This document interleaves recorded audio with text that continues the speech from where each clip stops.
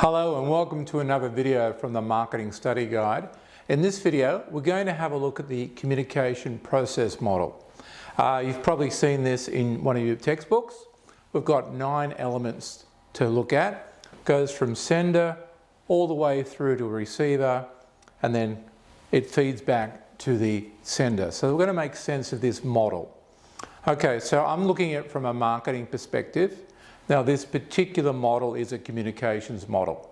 So it actually works for interpersonal communications or really any sort of communication. But we're looking at it purely from a marketing perspective. So in that case, the sender or the source of the message is the company or the brand.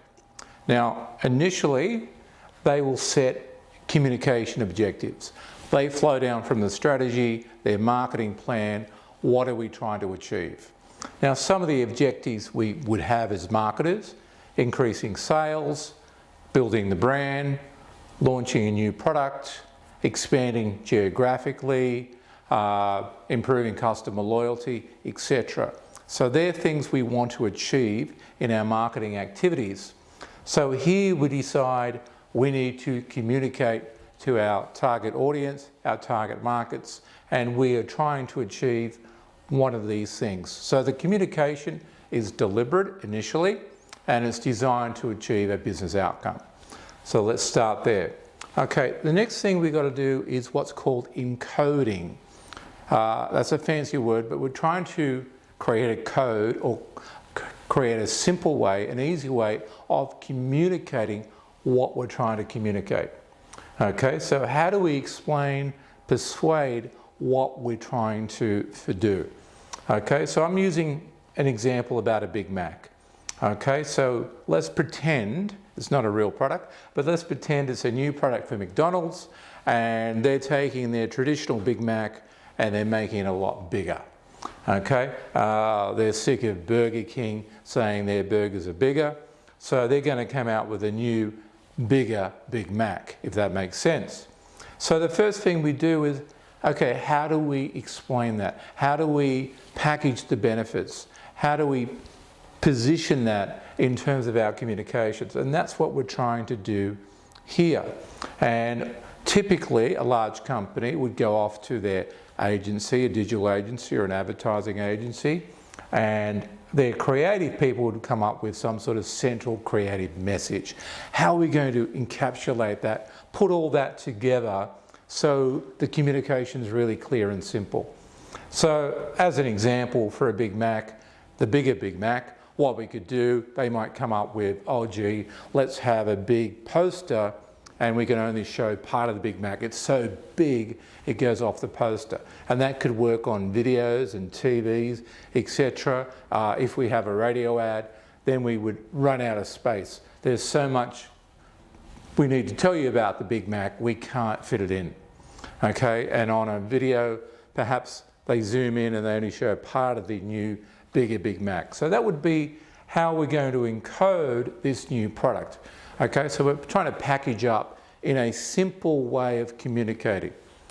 Then we go off to the media and actually design the messages. So under messaging and media, we've got how do we actually design and produce the actual ads. So we go into YouTube videos or TV, radio, online ads, outdoor advertising, including in-store posters, etc.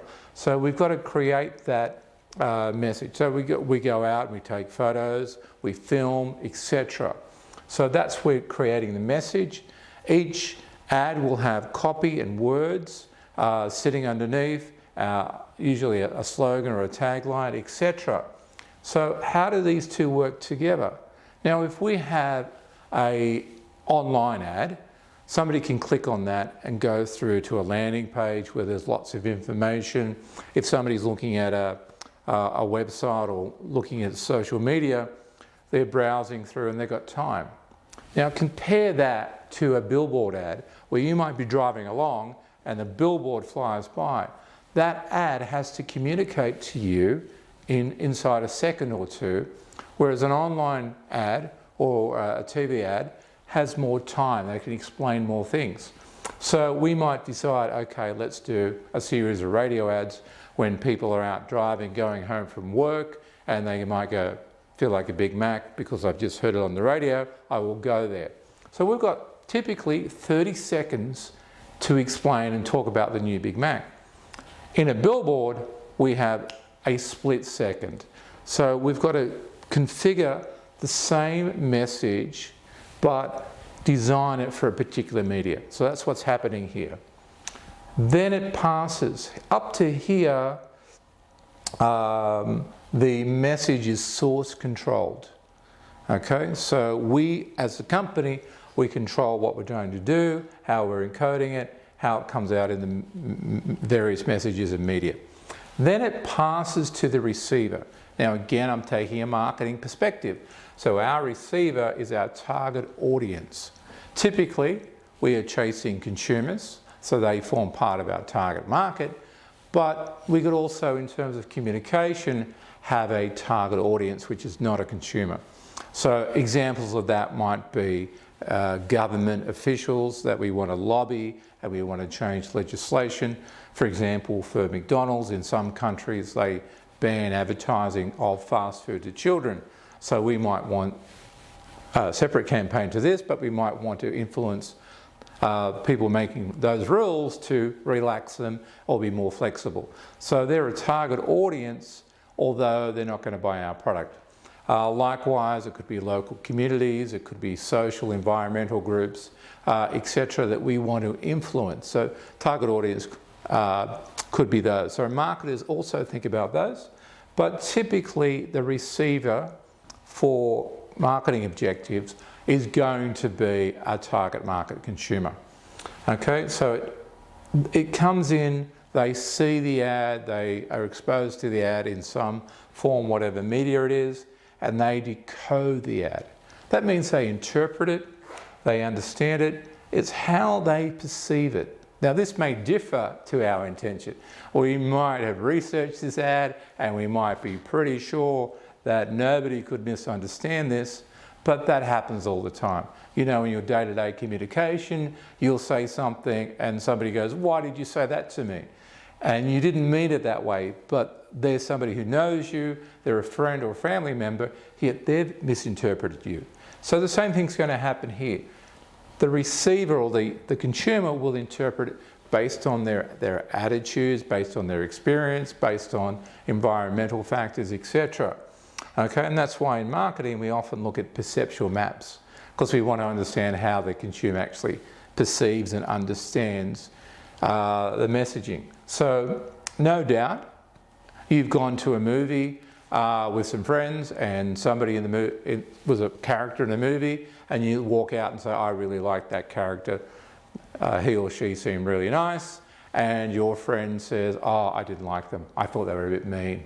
Okay, so they have decoded that character differently. Okay, so that's all that's happening here, and that's probably based on their a life experience in some way. So if we are a positive consumer of McDonald's, then the Big Mac might be, yeah, that's fantastic, I think that's a great product. If we have negative attitudes, we would decode that, oh gee, people eat enough fast food, why are they making it bigger? Okay, so the message could be split one of two ways. Okay, in the middle, we've got this feedback loop back to the company. Now there's a response. So the receiver, the target market, could do nothing. They could buy the product, so it could be they go out and buy it, so sales go up. That's the response. They could change their attitude towards the company, improve, or go negative if they don't like the ads or communication for some reason. They could jump on social media and comment.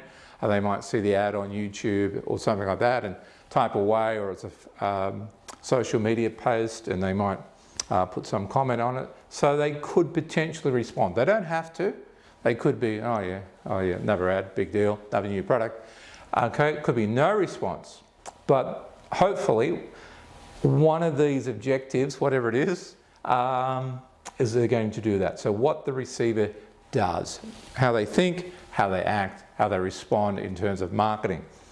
Then feedback comes into the company. So obviously if sales comes up, increases, that's feedback that we see in our sales numbers, so we know that. We may see social media comments.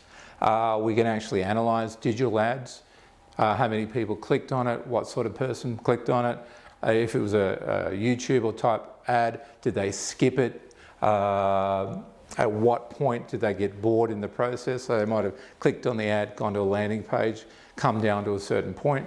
So that's all feedback. We may do it formally, we may do research before and after the campaign to work out what were the attitudes of customers beforehand and then after. All of this is valuable feedback. So in addition to a sales response or a social media response, we gather other information to allow us to assess the effectiveness of the communication. And you can see this loops around here. Okay, and then we fine tune and we do better, and we work on the next campaign, or we might just improve what we have, etc. So do some sort of a communication experiments and improve over time. Now in the middle we have what's called noise, and now that's not sound necessarily, it could be, but it's any distractions or disruptions from the messaging. Okay, so if we're at home watching TV or videos or something like that, often there's people around, they're distracting. An ad might come up, we might flick the channel or jump somewhere else. We might be driving in our car and a radio ad comes on and we just change the channel or we just tune out. We might be in a movie cinema watching a movie, and and before the movies there might be some ads, and we're eating our popcorn and talking to our friends, and we're distracted by things around us. So all of those things are noise which affect us. And this could be PR, could be influencers, could be competitors. So we could have a great campaign and then our competitors come out with something, or there's some negative publicity, etc. And that takes away from our intended message. So anything that disrupts or distracts what we're trying to achieve, we would put in the big category of noise. Okay, so hopefully that helps. Okay, keep in mind it's a circular motion, and we keep fine-tuning and improving as we always do as marketers. So hopefully it was helpful, and I have a link to a web page which gives you a lot more detail about this very important communication process. And if you have a chance, like the video and subscribe to the channel.